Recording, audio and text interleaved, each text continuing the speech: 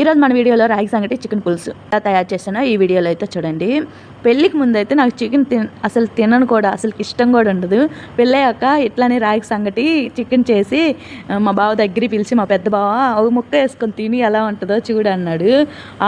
Same అదే taste ఇలా ఒకసారి ట్రై చేద్దామని ఇలా అయితే చేస్తున్నాను. సేమ్ అట్లానే సాల్ట్, పసుపు, కారం, గరం మసాలా, పెరుగు అవన్నీ వేసుకొని కలిపి బాగా పక్కన పెట్టుకున్నాను.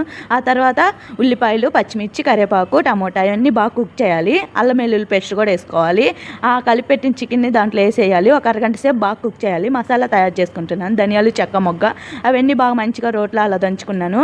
మీకు ఏమైనా గ్రేవీ అలా కావాలంటే 1 గ్లాసు 2 గ్లాసులు వాటర్ అలా వేసుకొని ఇట్లా అయితే చికెన్ అయితే మంచిగా ఉడికించుకోవాలి. మనం తయారు చేసుకున్న మసాలా దాంట్లో వేసేసుకొని ఇట్లా ఒక లాస్ట్ కొత్తిమీర వేసుకొని ఆ సంగట్లో కోడి పులుసు తింటుంటే అబ్బబ్బబ్బబ్బా టేస్టే వేరు. ఒకసారి ట్రై చేయండి. నాకైతే అప్పుడు మా బావ చేసిన చికెనే గుర్తు.